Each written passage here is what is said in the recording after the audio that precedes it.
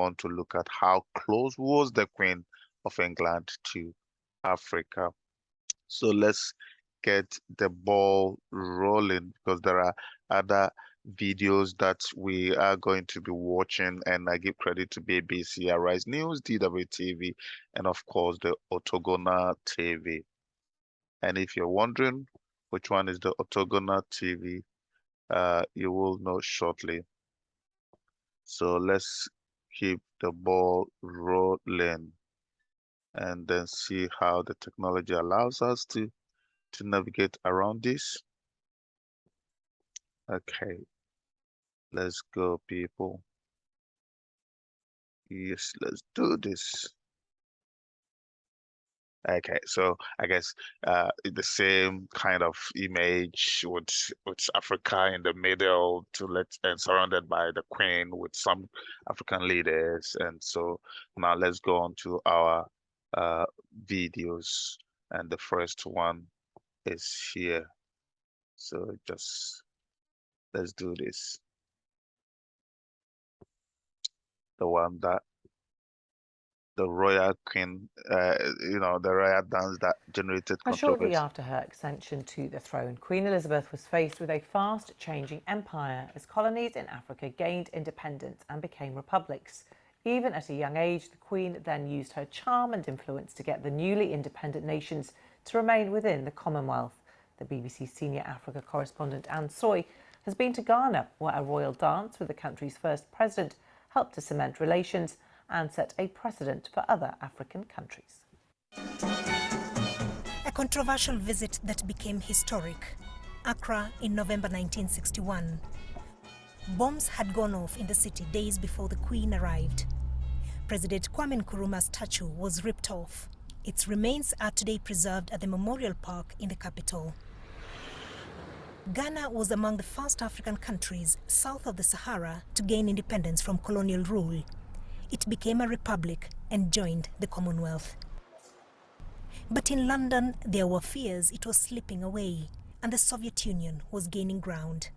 So, despite the security concerns, the Queen was keen to go ahead with the long-promised visit, and it was billed as a great success. Kwame Gentwa's father was a cabinet minister at the time. My dad woke us up very early in the morning, and three of us, me and my two sisters, and the Ashantis had a Durbar for her. They pulled everything, all the stops. It was a fantastic Durbar, beautiful Durbar, colorful Durbar, talking drums, everything was there. And it left a huge legacy on the minds of Ghanaians for quite a long time. It was at her farewell banquet that she made history. A dance with the man who replaced her as head of state of Ghana was hugely symbolic. A queen well ahead of her time.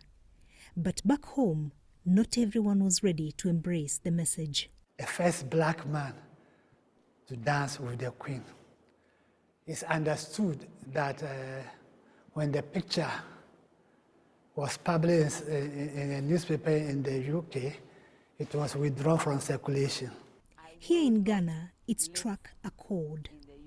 If the Queen visited here and it was treated like, oh, this is not quite a country, it's a second-grade one, then I don't think the Commonwealth would have grown the way it did. I don't think the atmosphere that has sustained the Commonwealth would ever have happened. I think it was critical for the survival of the Commonwealth that that visit was such a roaring success. After the dance, the Queen would have come here to the Christian Castle in Osu, gone up that staircase in her flowing gown and into her bedroom, So which is BBC right correspondent behind got it me. wrong. Let in me fact, correct the viewers. bed she slept in that night is still here, not preserved to this day. Christian And in the Castle. morning, she would have come to this balcony where I'm standing. That's true. The impact of her visit has also been felt across generations through the Akosombo Dam, the main source of power for Ghana and her neighbors. It was the centerpiece of President Nkrumah's economic plan. The Queen helped find the funding to build it. Yes, she did, but eventually it was the Americans that helped. So that is also to be put on records. Anyway, so BBC, usually their report is a bit unbalanced, but that's not what we hear. We just want to see more images of the Queen in Africa. Now, shortly after So, her ascension to the so throne, Queen we're going to go to the next one. Somebody asked me, had I been to Africa before? Which was nice of them to ask, but I did say that I had been everywhere in the Commonwealth in Africa and in other countries in Africa. I think I've seen more of Africa than almost anybody.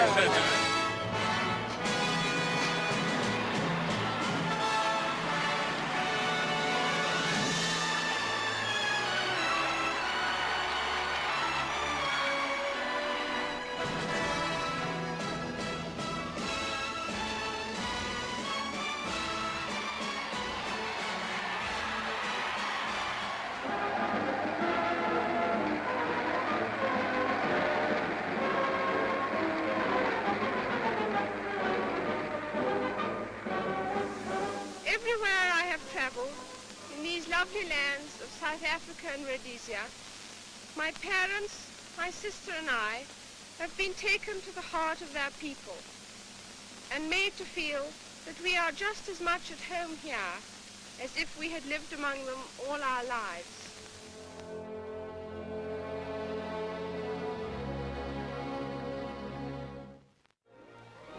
When she returned from a night in the forest, it was to learn that she is now the Queen, acceding to her father's throne immediately.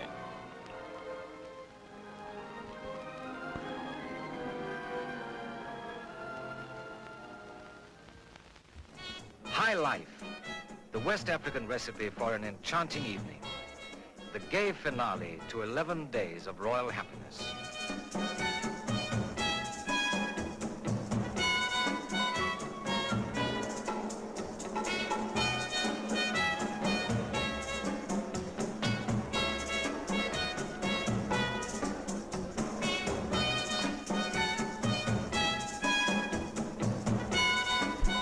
My husband and I have been deeply touched by the welcome you have given us.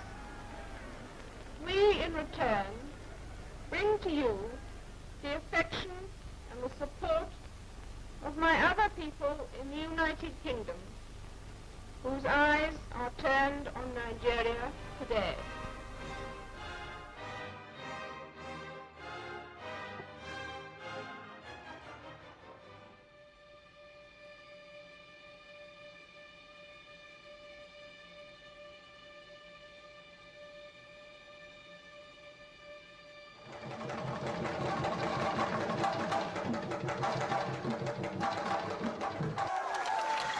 The Commonwealth is an example of multilateralism at work, allowing its members, whatever their size or level of development, to have their voices heard in the concert of nations. Yes, Papa I Mugabe. pray that the process of positive change underway in South Africa may be successfully continued. Heads of government in Harare will certainly do their best, I'm sure, to give it every encouragement. Papa Mugabe, no, no, no. Papa, no. The Queen wasn't sure enough.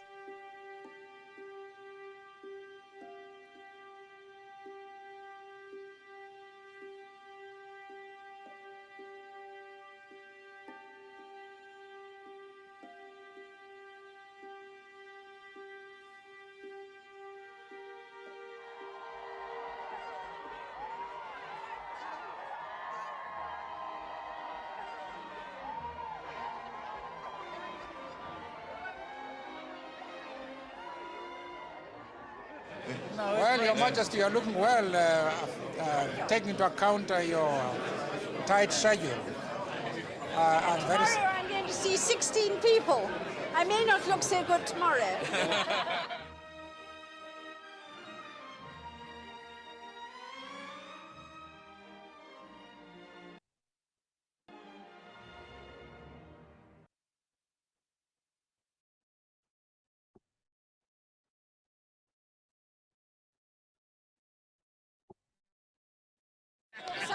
trust me, had I been...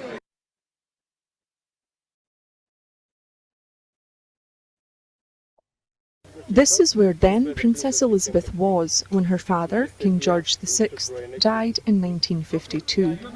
She was on holiday with her husband, Prince Philip, in Kenya, then under British rule.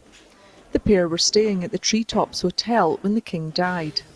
But Elizabeth was not told until the following afternoon, by which time she had returned to a fishing lodge called Sagana, 20 miles away.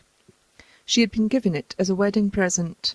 It was there, beside a trout stream in the foothills of Mount Kenya, that Prince Philip broke the news. Queen Elizabeth was then urgently flown home, having to wait for black clothes to be brought to the plane before she could disembark. As a result, all royals must now travel with a suitable mourning outfit. Only sobs break the complete... This was just the start of her relationship with Africa. She watched over as countries gained their independence from Britain and joined the Commonwealth, now made up of 54 member states. It wasn't always an easy relationship, with a long history of British colonial rule that left behind a legacy of segregation, economic ruin and disenfranchised citizens. Kenya gained independence from Britain in 1963, but like several other countries, its ties to the monarchy remain. The beautiful weather matched the greatness of the occasion. The Queen visited Nigeria before and after independence. In 1956, she took a trip to Kaduna where she joined thousands of spectators for horse and camel racing. She met the Emir of Katsina, as well as his 9-year-old grandson. In later years, she would travel to Abuja, the capital of the now independent Nigeria, being welcomed by then-President Olusegun Obasanjo. Your Majesty's visit to Nigeria is indeed very significant, and it is a momentous occasion for every Nigerian. My country particularly applauds the leading part the Nigerian government and people are playing in the new Partnership for Africa's Development. In 2003, the Queen would lead heads of government to the West African nation for a Commonwealth summit. Conspicuously absent was Zimbabwe's Robert Mugabe, his nation suspended by the organisation and Mugabe himself banned from the summit. Something that did not go unnoticed during the Queen's trip to Uganda in 2007. Who took Zimbabwe out of the Commonwealth? It is Mugabe, unilaterally, without consulting the people of Zimbabwe. So therefore, I think that it is natural, when the situation has changed to the better, that Zimbabwe should be back in the Commonwealth. It wasn't the first bit of controversy the Queen had to deal with in the Commonwealth. Queen Elizabeth had visited Ghana in 1957 against the wishes of the public and Parliament. It was felt President Kwame Nkrumah was well on his way to becoming a dictator. 5 days before her trip, the capital, Accra, was bombed. It was feared the Queen could become collateral damage while with the President, but she insisted on going and the trip was a success from start to end. The Queen was surrounded by excited crowds from the moment she arrived with Prince Philip. It showed that the monarch was still hugely popular despite the country gaining independence. With her visit, all talk of Ghana leaving the Commonwealth ended, and it allowed funding to flow into the country for the Volta Dam. The British Prime Minister phoning up the American President John F. Kennedy to say, "I have risked my Queen, you must risk your money." Throughout the years and across the Commonwealth, Queen Elizabeth II routinely showed the world that even as a monarch with limited powers, she still had an important role to play. Faith Orr, Arise. This is where then... And now the last video, people. I'm sure you're getting a glimpse of this, and this credit goes to France 24. In Enjoy. 1952, Elizabeth II arrived in Kenya as a princess and left 5 days later as a queen. But in Kenya, the princess learned that the king was dead, she herself the queen. That was the Queen's second trip to the continent. Her first was in 1947 when she travelled to South Africa. That's where she gave a speech on her 21st birthday expressing her dedication to the Commonwealth. I declare before you all that my whole life, whether it be long or short, shall be devoted to your service and to the service of our great imperial family to which we all belong. Shortly after becoming queen, Elizabeth II was faced with a fast-changing empire as colonies in Africa gained independence and became republics. But even at a young age, the Queen used her charm and influence to get the newly independent nations to remain within the Commonwealth. Ghana was the first country in sub-Saharan Africa to gain independence, and in 1961 the Queen made a visit there, despite some politicians saying it wasn't a good idea. At the time, Ghana was going through a difficult time, with the President Kwame Nkrumah turning to authoritarianism and leaning towards the Soviet Union. But it was during this visit that the Queen made history by dancing with the man who replaced her as Ghana's head of state. It was a hugely symbolic moment. A white woman, a queen, dancing with a black man who was a former subject of the British Empire. The trip set a precedent for other African countries and played a part in changing the course of history. A scintillating show that reflected the brilliance of the tour, during which the Queen had won the sincere admiration and affection of the people of Ghana. Nkrumah dropped his plans to leave the Commonwealth, and the United States ended up funding part